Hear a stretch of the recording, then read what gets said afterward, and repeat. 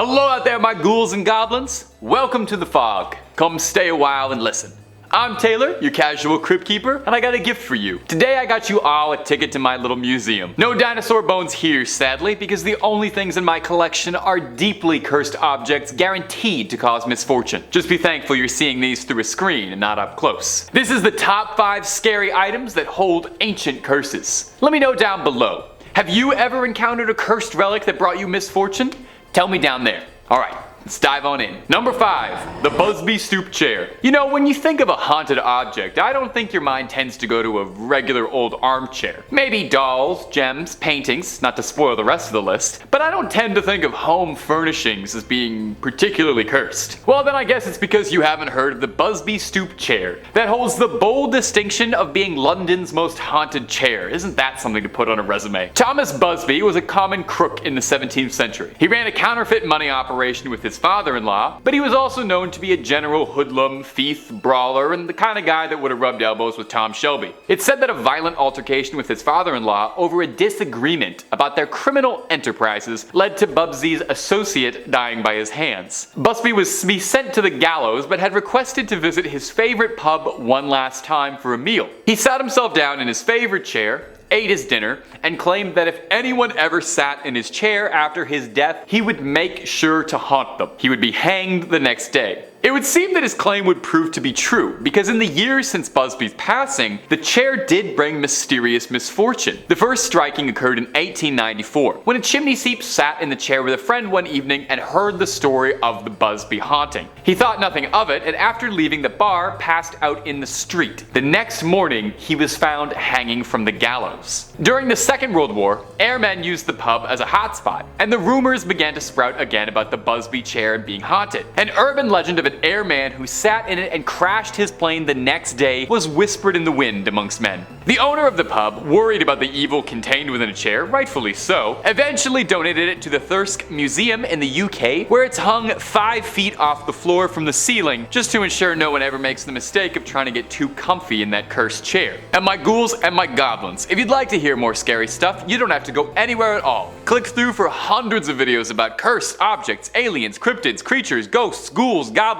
and way more. Stay subscribed and keep on creeping on. Number 4, Robert the Doll. Now, every good list of cursed objects should definitely include at least one cursed doll, I think, just for good measure. It's called Annabelle's Claws. Dolls are just inherently a little bit scary when they're not being used for make-believe or having tea parties, and they're especially scary when they carry a series of unfortunate urban legends with them, like the case of one Robert the Doll. Maybe you've even heard of Robert the Doll, as he's actually pretty famous as far as cursed dolls go out there. It's kind of Annabelle, Robert, the rest of them. Robert's been haunting for over a century. He used to be the property of one Robert Jean Otto. Now, although he shared a name with the doll, he preferred to be called Otto, maybe because the doll took it. Otto received Robert as a young boy from his grandfather, who obtained it through unknown means, as trying to trace it has been fruitless. No toy company has ever been found to have produced it. Otto loved Robert and had an active imagination to a degree that unsettled his parents. He would refer to the doll in first person and brought it everywhere with him, even dressed it in his clothing. That's kind of odd, but it's still little kid behavior. Otto would say he could hear Robert talk to him and would see him move. And children who passed the Otto estate when walking by would claim they saw Robert in the windows, watching them from up high, appearing and disappearing. Otto would blame all mishaps on Robert. Injuries, breaks around the house, accidents, anything that happened, it was because either Robert had told him to do it or Robert had done it. Kind of understandably, this behavior deeply worried Otto's parents. Otto kept Robert up until the day of his death in 1974, where he then traveled from home to home and collector to collector, causing a path of misfortune everywhere he went, until eventually getting himself incarcerated in the Key West Art and Historical Society, where he's now kept under a very tight lock and key and has become the museum's most popular attraction. Visitors even leave him offerings, little goodie bags, and even write letters asking for protection from him or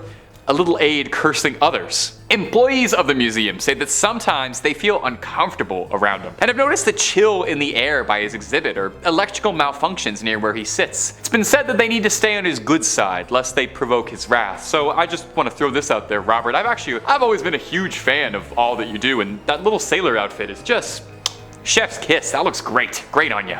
Matches your hair. Number 3, the crying boy. I love a good haunted painting. Maybe it was just because I had an odd fondness for Ghostbusters 2 as a kid, and a haunted painting centered pretty prominently in that. Maybe it's just because I'm enticed by the uncanny valley. I love a pair of eyes that you can look at but can never look at you back. Case in point. Take a look at this painting, The Crying Boy. Looks like a fairly innocuous painting, right? Wouldn't look too out of place in your dentist's office. It's not really my scene, but I'm sure a generation of grannies have loved to put this above the fireplace. It's also been the center of a series of strange coincidences that are just too odd to be true. It was painted by an Italian painter, one Giovanni Bergolin, and mass-produced as a print across the 1950s, so everyone could enjoy hanging this sad crying boy in the comfort of their own home. Wow, that sentence out of context is crazy. Now, they would enjoy this painting in the comfort of their home until it would burn down, because for some bizarre otherworldly reason, firefighters around Essex, London would report that frequently, amidst smoldering ruins of a burned down house, repeatedly they would find the crying boy print completely untouched by the flames, even when everything else had burned to ash. Now, once is bizarre. 2 times, that's pretty strange. But this happens 3 times, pick up the phone and call the Ghostbusters because you've got an outright paranormal mystery on your hands. The British tabloid The Sun loved the story and was spreading stories of the cursed paintings like a house on fire. Ooh, too soon? The Sun printed out warnings of people who owned the painting, telling them that they should get rid of it lest they start to find themselves smelling smoke. The story was so popular and people were so invested in the curse of the crying boy that the Sun tried to take it upon themselves to rid London of the curse by holding a bonfire in which anyone who owned a print of the cursed painting could come, torch it, and hopefully exorcise whatever demons got into the printing press. The bonfire was a raging success, with sackfuls of the prints being torched, seemingly ending the curse of the crying boy. Does anyone else kind of want one of the prints though? I don't know, I think there's something about it. I think it would tie the living room together. Number 2, Ballista balls. You know, the last couple years I think had all of us acting pretty strange. You know, maybe you got through it by binging all of Tiger King in a day. Maybe you got really into making a sourdough. Maybe you returned a cursed artifact you stole when you were a teenager. We all went through a strange period. In 2020, an anonymous source returned an ancient artifact that they'd stolen as a teenager to the Israeli government. A Bronze Age ballista ball fired during the Great Jewish Revolt by the Romans. The thief swiped them as a teenager when visiting with a group of friends and had went on to live a fairly normal life. Had a nice career, found a partner, sired some children, but he had said that throughout his entire life he felt as if there was a weight over him, as if he had some invisible presence crushing down on him. He said no matter how long it had been or how much his life had moved past this one act of delinquency, his heart could never move from it, and he felt as if he had been cursed to forever bear its guilt. During the event of the last few years, he said it stirred in him this apocalyptic feeling that made him feel like he had to return the ballista balls in hopes of finally clearing his consciousness. I hope he didn't think he did all that. Through Facebook, he ended up getting put towards the right channels to return it. But you know what's kind of bizarre? This isn't even the first time that someone's returned a pair of cursed ballista balls, because in 2015, an almost identical story played out. In 2015, 2 ballista balls were returned to the Israeli authorities anonymously alongside a note saying, "I took these in 1995 from a residential quarter at the foot of the summit. They have brought me nothing but trouble. Please do not steal antiquities."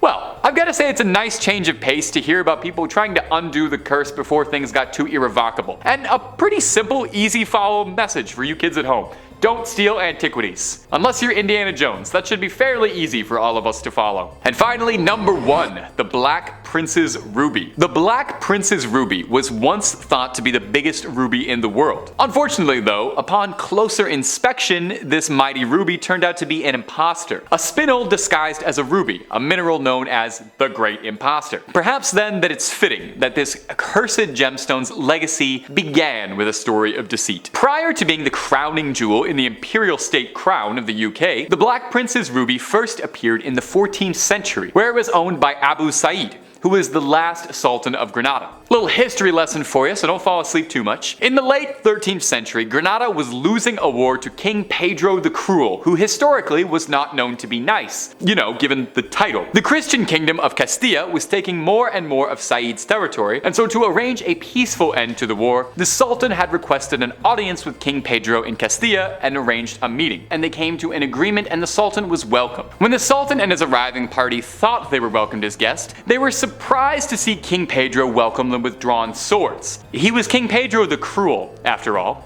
I don't need to tell you what happened next, but King Pedro stripped the jewel off of the Sultan's corpse. Soon after, King Pedro found himself in a new war against his brother Henry of Trastamara for Castilla's throne. King Pedro commissioned the Black Prince Edward of England for aid, and as payment for his services, gave him the ruby, where it would get its name, the Black Prince's ruby. Edward would return home to England, but Pedro would fall in battle to his brother. Edward the Black Prince would die slowly and painfully from a disease before he could inherit the throne, giving the ruby to his son Richard II. Richard would become king, but he was taken out by Henry IV, who took the ruby as well, who then passed from a slow illness, giving the ruby to his son Henry V. This is the worst thing to re-gift possible. It would pass from a lineage of kings until eventually finding its way to the Tudors, and then eventually after that, finding a permanent home in the London Tower, amidst the crown jewel collection, where it's been sealed away, never to be claimed again, because just look at the history of this thing. This is not something you ever want to unwrap. Whew! That's gonna be it for this video, my ghouls and goblins. Thanks so much for listening. I'm gonna draw a quick salt circle around the studio ground, just in case I let in a little bit of cursed energy talking about all this stuff. Keep on creeping on, and I'll see you in the next one.